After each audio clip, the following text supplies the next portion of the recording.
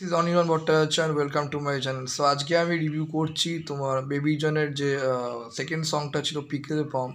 তো এই পিকল পম সংটা আমার কেমন লাগছে সেই ব্যাপারেই কথা বলছি এই ভিডিওতে। তো চলুন সব লেটে আসছে, তার কারণে ওই যে বললাম মাঝখানে শরীর খারাপ ছিল, আগের ভিডিওতেও বলেছি ভীষণই শরীর খারাপ ছিল। এখন একটু গলা দিয়ে তো আওয়াজ বেরোচ্ছে, ওই তাও শুয়ে শুয়েই করছি, তার জন্য সরি।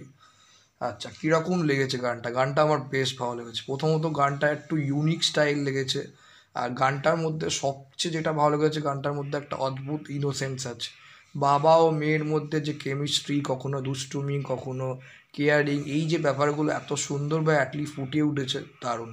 এবং বরুণ ধাওয়ানকে এখানে তোমার সিঙ্গেল ফাদারহুডের ক্যারেক্টার প্লে করিয়েছে, বোঝা যাচ্ছে যে একা তোমার নিজের মেয়েকে তোমার বড় করছে তোমার, হ্যাঁ, তার মানে মা, মানে বরুণ ধাওয়ান যে স্ত্রী মারা যাওয়ার পর।